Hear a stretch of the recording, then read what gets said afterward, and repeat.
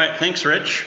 So this is work with Mary Kurzweil, and we're looking at the election decisions that farmers made in the 2018 Farm Bill between ARC and PLC, and what the losses were from farmers making choices that didn't necessarily give the largest payments.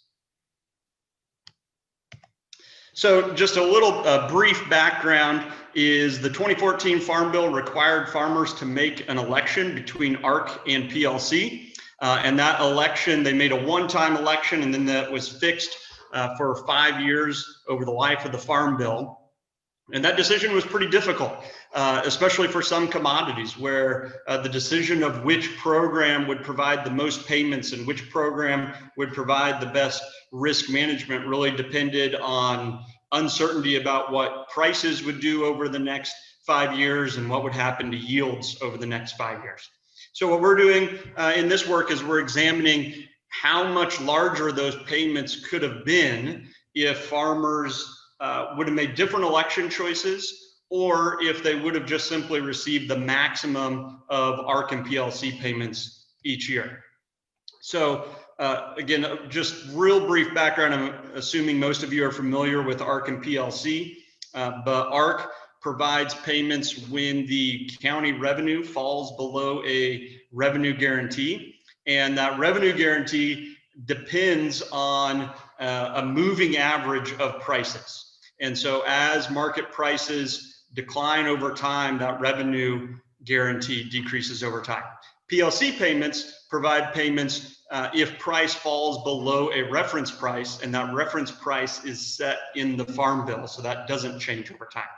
And again, farmers had to make this election decision by March 31st of 2015, and if they did not make an election decision, then they were automatically enrolled in PLC. This just shows the percent of base acres nationally that enrolled in each type of program by crop. And so the light blue line shows ARC County enrollment, the dark blue shows PLC enrollment, and the orange shows ARC Individual. And real quick, ARC Individual just had really low enrollment across all crops. And so for the rest of this presentation, we're not really going to focus any on ARC Individual. And what you can see for corn is that 82% most went into ARC. Same thing for soybeans, about 80% of base acres went to ARC. Wheat, it was a bit more of a mix. You had about 60% went to ARC and 40% to PLC. Sorghum, again, a mix, 65% to ARC, 34% to PLC. The choice for peanuts and rice was much simpler, and almost all farmers went to PLC for peanuts and rice. Focusing in on Kansas, fairly similar patterns, but a little different enrollment decisions. Relatively more farmers enrolled in ARC for corn and soybeans in Kansas, and more wheat acres enrolled into ARC as well in Kansas. So 75% of wheat went into ARC, and 24% went into PLC. Sorghum, a little different than the national, where most farmers went into PLC in Kansas. Okay, so now I'll turn it over to Mary.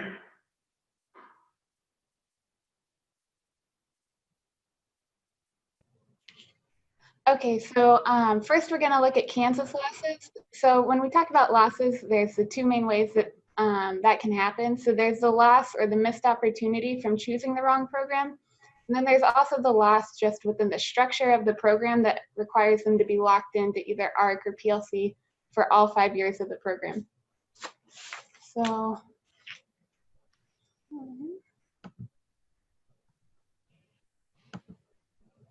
shoot.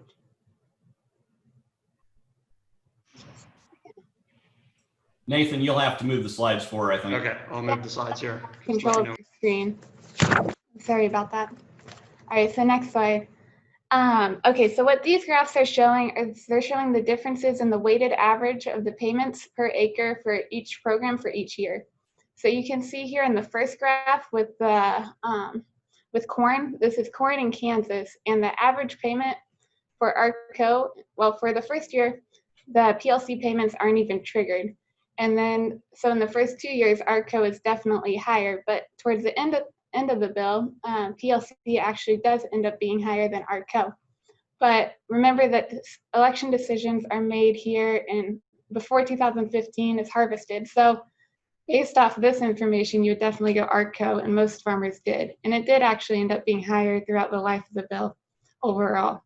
But here at wheat, again, PLC payments weren't triggered in the first year for wheat, but after that, the PLC payments were much higher than ARCO. So what do we say? 75% of farmers did elect for ARCO for wheat, but it ended up that PLC was a better program for Kansas for wheat. Next slide. All right, so then for soybeans, the choice was a little more obvious. The only payments that were ever triggered were ARCO, and most people did elect for ARCO. PLC was never triggered there.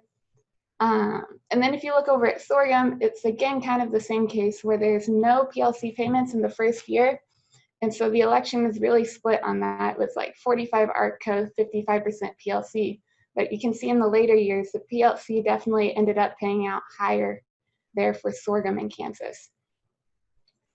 All right, so in this graph, we're looking at the average payments per year by each commodity. So this is we're just talking about these 4 main commodities in Kansas: the corn, wheat, beans, and sorghum. So this is showing the weighted average per year. So if you look here at corn, you can see the ARC and PLC like we had before, so the light blue and the dark blue. But then if you look at this orange bar, it's representing the elected year average. So now that the bill is over, we could look back at the election data and calculate based on what farmers did elect, how much they actually received on average per acre. So you can see for corn, they did better than had they all elected ARCO or had they all elected PLC. It's a little higher than both of those average numbers. This purple bar here is representing a maximum amount scenario. So that means that farmers it's a scenario where farmers wouldn't be locked into one program for all 5 years, and they would actually just receive the higher of the 2 payments each year, just based on what prices are that year. And so in that scenario, they would of course receive much more. And so the 5-year structure is a little tricky for corn, and you can see also for wheat and sorghum, that maximum is much higher, meaning that one program did not stay the best for all 5 years. So you can see here in wheat that the actual elected amount, so the amount received on average, was much lower than had they all locked into PLC. But then over here at soybeans, you can see that not much money was lost. The payments are much lower on average, but also most people did elect the correct decision for soybeans. And here at sorghum, okay, here at sorghum, you can see, again, the election was really split on sorghum. PLC did end up paying a lot higher, but quite a few people did enroll into PLC, so that did work out pretty well for sorghum. Okay, next slide. All right, so this is showing the amounts, the total amounts. So this isn't an average at all, this is just the total amounts. So this orange bar here is again based on the elected data, so what farmers actually chose. It's showing that they received 0.5 billion, so $500 million in corn. Had they chosen the best scenario for their farm in their county every time, then they would have received 0.57 billion, so 70 billion more. So not a huge difference, but it does add up a lot over all of Kansas. And that's just within the structure of the program. So then if the program had been different, where farmers could have just received the higher each year, they could have received 200 million more just in corn. Now wheat's a huge commodity in Kansas, obviously, so you can see the numbers are much higher, and you can also see the losses are much higher here. Because of that tough election decision there in the first couple of years, you can see that the farmers missed out just here on $400 million just within the program. So had they all chosen right in every situation, 400 million more would have been received. Soybeans, there's not a lot of money lost. As you can see, the payments were pretty low for soybeans, and most people, again, chose right for soybeans. Sorghum, there's just relatively more, or there's relatively less sorghum produced in Kansas because, as we saw before, the payments were pretty high for sorghum, But there's a pretty large relative difference here between the actual received and the actual amount possible had they chosen correctly. So that's a pretty significant difference too. Next. All right, so we've just been talking about averages over all the counties in Kansas. So this is a little bit more of a regional look at it. So here's a map of Kansas. The scale goes so that as you go from green to red, the amount lost or missed out on, it increases. So you can see up here in Northwest Kansas that had the structure of the bill not locked farmers into a decision for 5 years, they could have received 200 to 300 to more than that, more. Whereas here in the Southeast, it's a little bit less impacted. They just didn't miss out on as many payments there. Next slide. All right, so now this is more of a relative look at that last map. So it's pretty similar, but it's actually showing the percent lost out on. So, so the percent increase if the farmers had received the maximum versus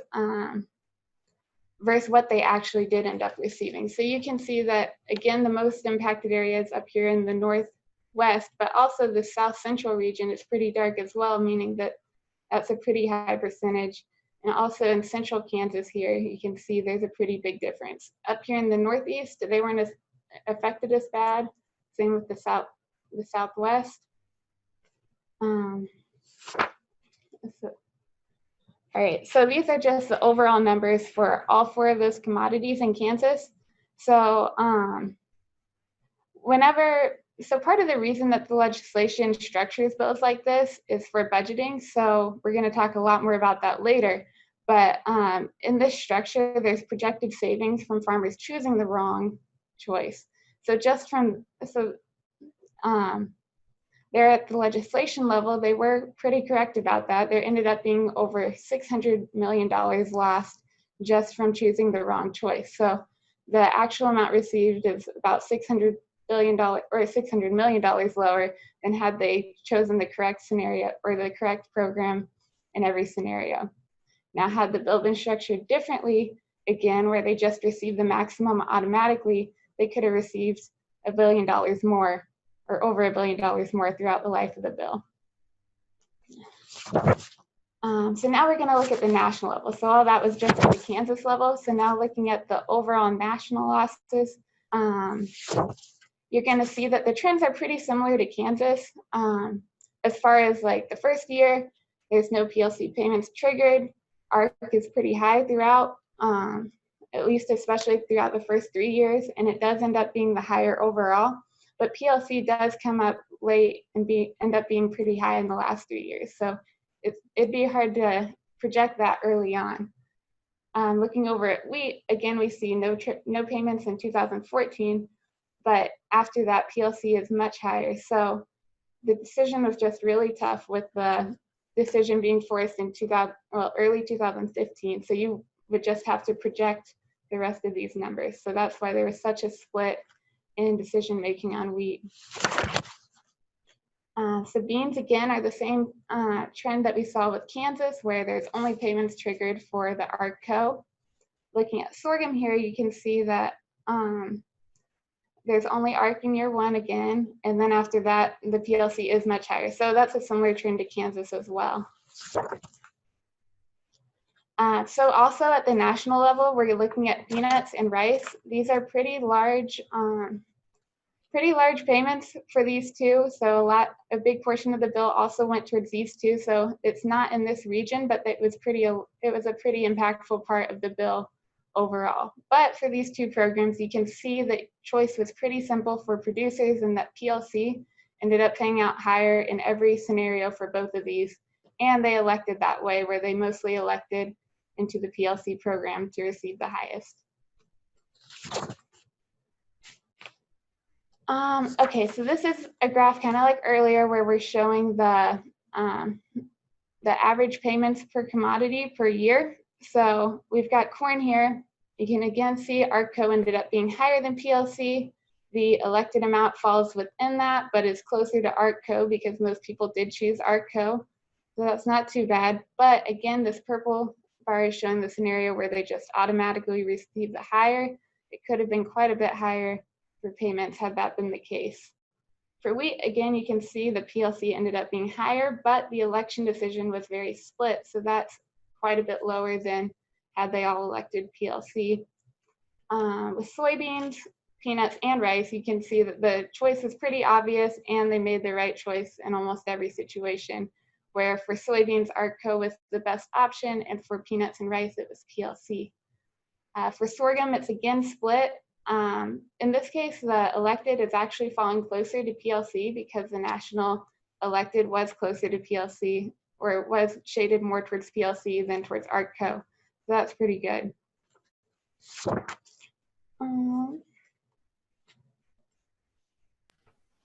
All right, so now, thanks, Mary. And talk a little bit now about how it looks nationally. If we look across regions, what was the, how much more could farmers have received in payments if they would have received the maximum of ARC or PLC in each year rather than what they elected? And so this is looking at a percent difference in those payments. And so the darker red areas are where there are larger losses from farmers having to make the election, or in other words, payments could have been increased relatively more in these dark red areas if they could have just received the maximum of ARC or PLC in each year. And so you see, you know, the regional trends that come out here. I mean, Kansas and Oklahoma stand out as one area where payments could have been quite a bit higher. These are areas with a good bit of wheat where wheat decision was particularly difficult. And then another area, the southern Iowa and some of the western Corn Belt is another area that sticks out. I mean, some of these areas, they could have got double the payments if they could have received the maximum of ARC and PLC versus the actual payments they received given their election. And those are areas where, particularly where for corn, PLC ended up being relatively better than ARC in those areas. And so, and that differed regionally. You know, in some places, ARC for corn was better. Other areas, PLC was better for corn. And so some of these larger losses are where PLC ended up being the better choice for corn.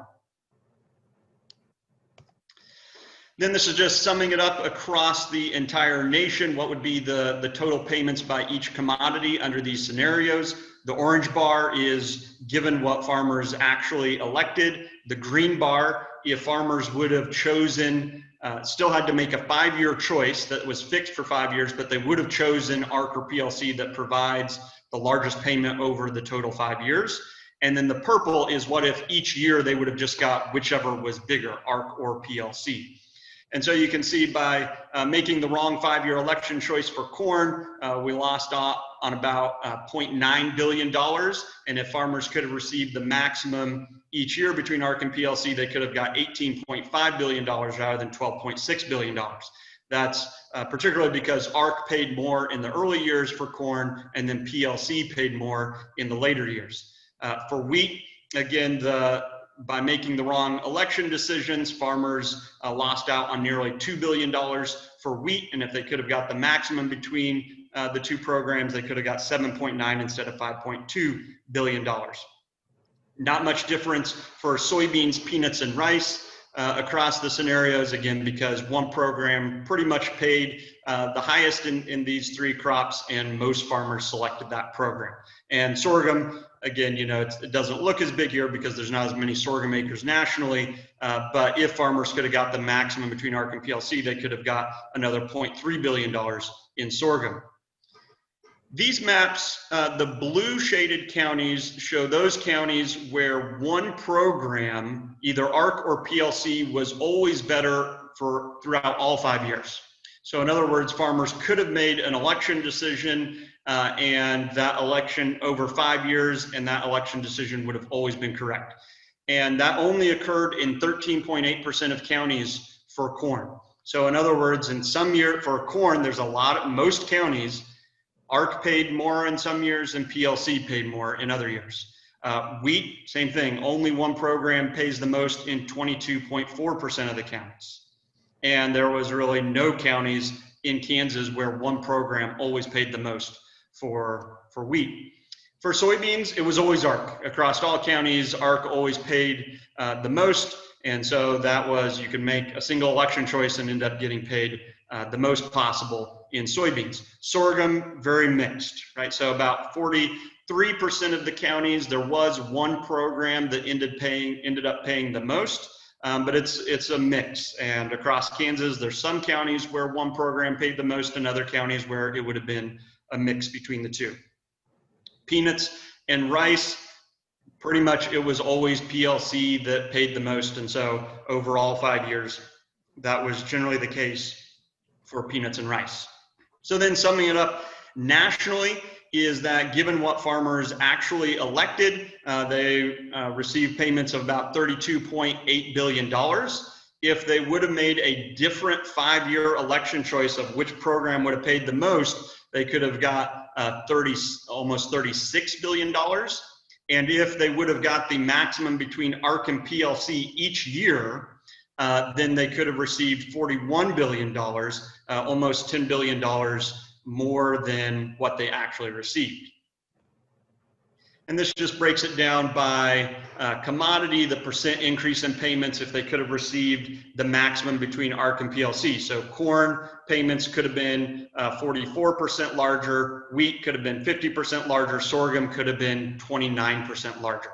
And again, not much difference between sorghum, for soybeans, peanuts, and rice, because basically one program always paid the most for those crops. So the main takeaways from some of these, from looking at the historical data, is that the largest losses from election choices were in corn and wheat. This is where these crops ARC ended up paying, in most counties, ARC ended up paying the most in the early years, but then it switched to PLC. And so it was a difficult choice, a particularly difficult choice for corn and wheat. Rice and peanuts, PLC was basically always the clear choice. Most farmers chose PLC, so there wasn't really any losses or very minor losses in payments for rice and peanuts. If farmers could have got the maximum between ARC and PLC, in Kansas, they could have got 61% more payments, and nationally could have received 27% more payments. And those, Kansas was one of those states that is particularly, has some of the relatively larger losses from election choices. And that's mostly because we grow a lot of corn and wheat, and that's where those election decisions were most difficult and not clear at the beginning of the Farm Bill. And the largest losses within Kansas were in the, in percentage terms, were in the Northwest and South Central areas. So why not just pay farmers the maximum between ARC and PLC? And the reason is because it would lead to larger, I mean, of course, farmers would get larger payments, but that also means the budget expenditures would be larger. And so when Congress goes to negotiate a farm bill, it matters how much that farm bill is going to spend. And so for the most part, in most of the negotiations, the farm bill either needs to be budget neutral or have some kind of budget savings. So that's a key reason that we have this election decision, is that it reduces overall program expenditures. One alternative way you could do this is you can think about, right, the ARC payment calculation for how much a farm receives in ARC payments is just simply W times the amount of base acres of the crop times the ARC payment rate.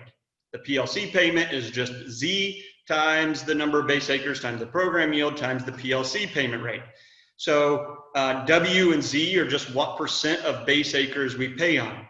In the 2014 and 2018 farm bills, we have just set that at 85% of base acres for both ARC and PLC.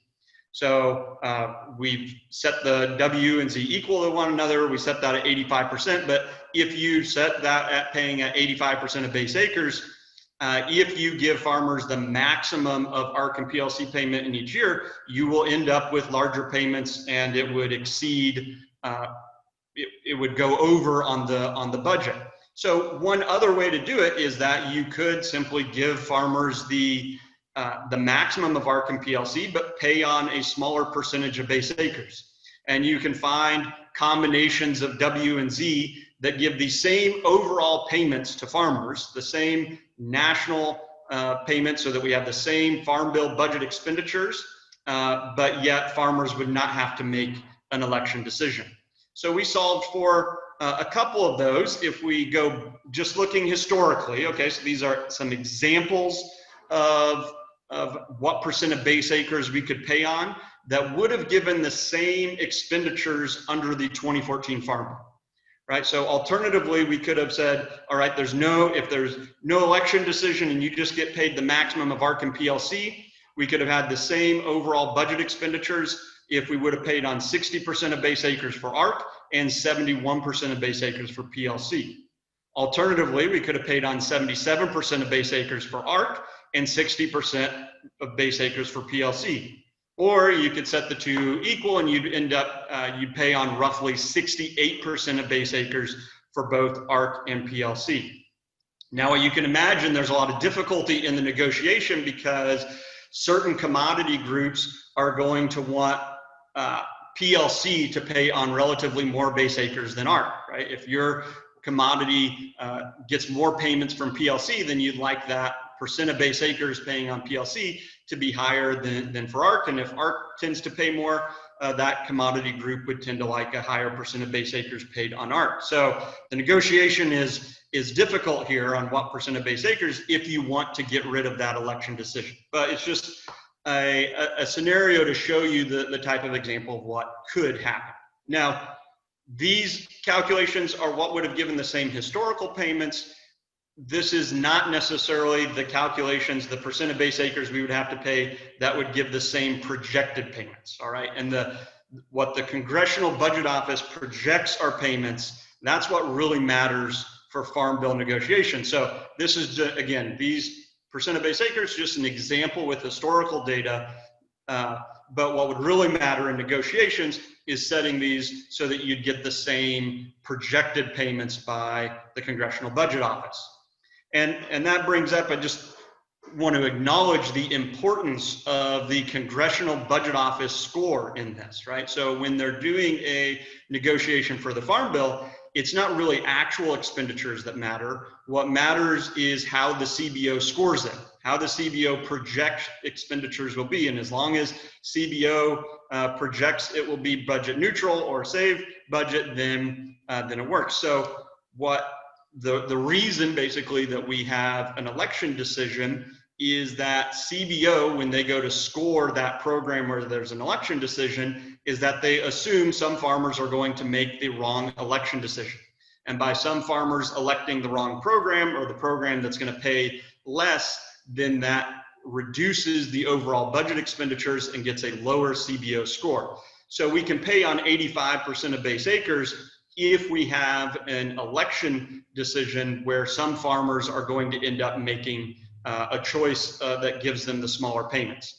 And that's why in the 2018 Farm Bill, we essentially have a 2-year election for the first period, is that gives some CBO budget savings that they project some people will make the wrong election decision, and that will reduce expenditures from the government. And then we have an annual election thereafter because that didn't really end up increasing the CBO score much. And it's, to acknowledge here, it's certainly possible that legislators or those people who are writing the Farm Bill know how to structure it in such a way that the actual payments are going to be larger than what CBO projects, right? So if you structure the election decisions and the programs in such a way that farmers, that CBO projects the expenditures are going to be lower than what farmers will actually receive, then that certainly becomes a possible optimal strategy in the way of providing more payments to farmers. So that's certainly possible. And again, the CBO score is what really matters here.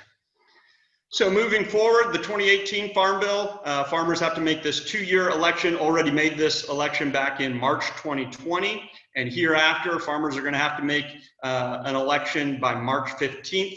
And so it's going to be important to reevaluate that decision each year and look whether ARC or PLC within your county is likely to provide more payments. And that decision between ARC and PLC certainly might change each year.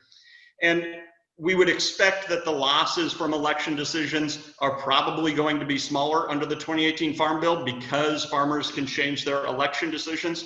Farmers, corn and wheat farmers probably would have changed their election decisions later in the 2014 Farm Bill if they would have been given the option.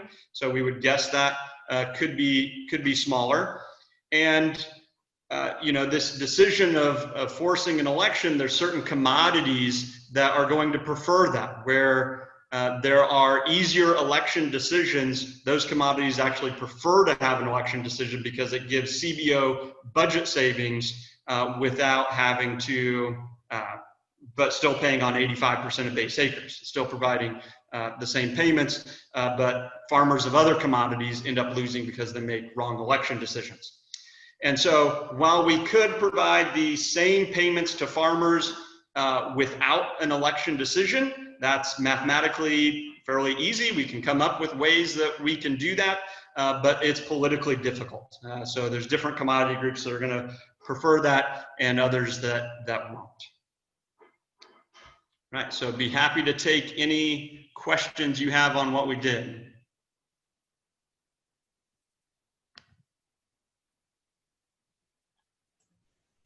Nathan, there's one in the chat. I don't know if you can see that. I'll stop sharing. Oh, there we go. Okay. And folks, I've unmuted, or I've allowed you to unmute yourselves if you do want to have an oral discussion here.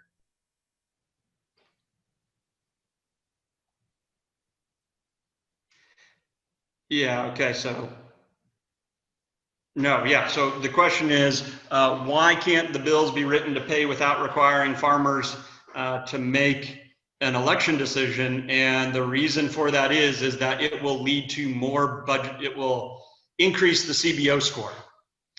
In other words, the Congressional Budget Office will have to project that more payments will be made in the Farm Bill. And so then they would have to come up with budget savings in other places of the Farm Bill. So basically the election decision, I mean, my understanding, the reason for that is it's a budget saving mechanism. So if you are a person who can make the right election decision, then it's really a good type of a program for you, because the payments can be larger because other farmers will make wrong election decisions. But if you're a person who makes the wrong election decisions, you're going to get smaller payments. But it's basically a strategy to reduce overall payments out of the Farm Bill.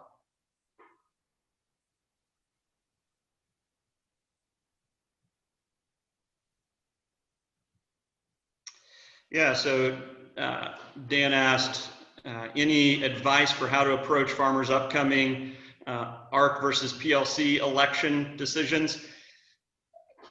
Well, one, go to the K-State. I know we're going to be doing some educational programs maybe this fall, or but I'm sure we'll be doing some educational programs. So that will be important. And each year, you really need to look at the decision again, and you need to look at the decision for your county. So we showed Kansas averages, which program paid more. We showed national averages, but that differed across counties. So even for corn, PLC paid more in some counties, ARC paid more in some counties.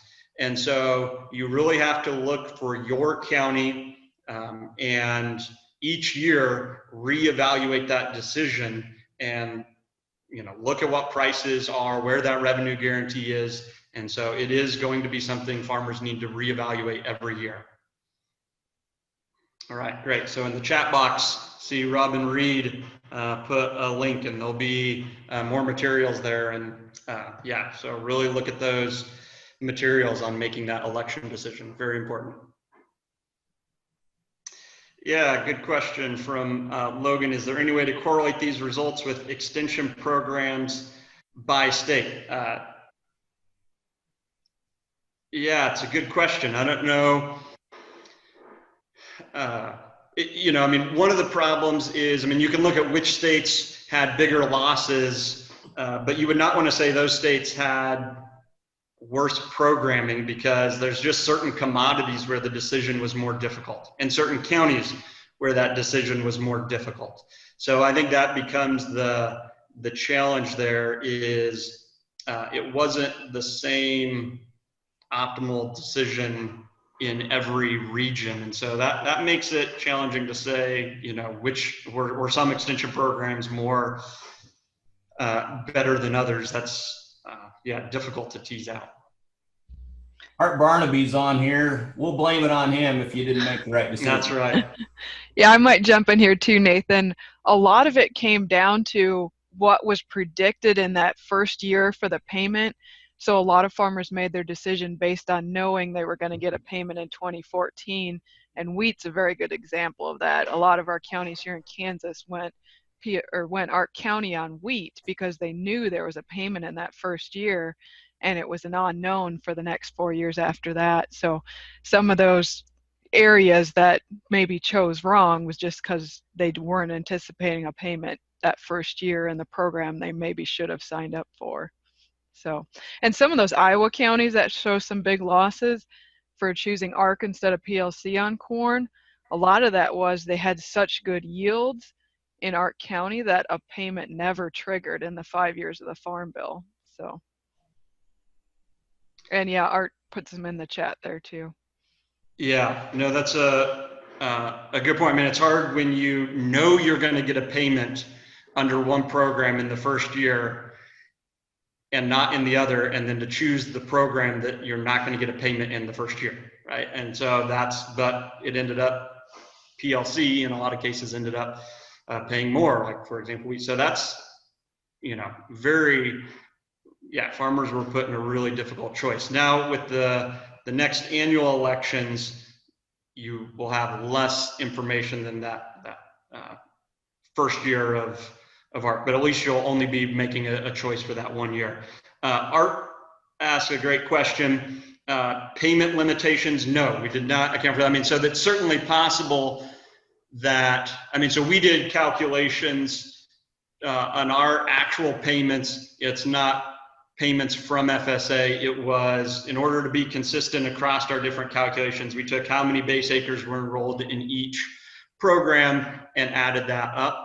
And that can be different due to payment limitations. And so it's certainly possible that some farmers selected ARC correctly because if they would have gone into PLC, that they would have hit payment limitations. And so even though we can calculate PLC would have paid more, they would have actually hit payment limitations under that. So yes, that's a great point of that. That's one area where maybe some of these farmers did make a correct decision that it wouldn't show up in our data.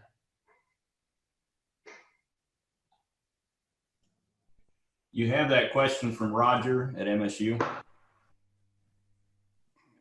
sorry, I didn't see that. Oh, I missed that. Yeah, is there political discussion for future farm bills using the best program as payments each year? I know there was some discussion. I mean, the 2018 farm bill, that was some discussion, but again, when they, my understanding is when they just did that of pay the maximum of the two programs, that the CBO score was a bit too high. And so we've got this 2-year election followed by annual election is kind of a compromise. It's somewhere between a 5-year election that would have probably provided even a smaller CBO budget score, but not just giving the maximum of the two payments. So that's where we're at, you know, going forward. It's, you know, where the next farm bill that goes, I think it's an important question, and it might depend on how much farmers, if they're making wrong election decisions or not in this farm bill, how frustrating that is or not, how much pressure there is to change that mechanism. And had the rules been the same for 2014 as they are for 2018, that would have helped a lot of Kansas farmers. They could have chosen ARC the first 2 years and then switched to PLC, especially for wheat, and it would have changed your results as well as their results. Right. There would have still been, I mean, the losses would have been certainly much smaller, probably because, yeah, farmers could have made that switch to PLC in the later years, right?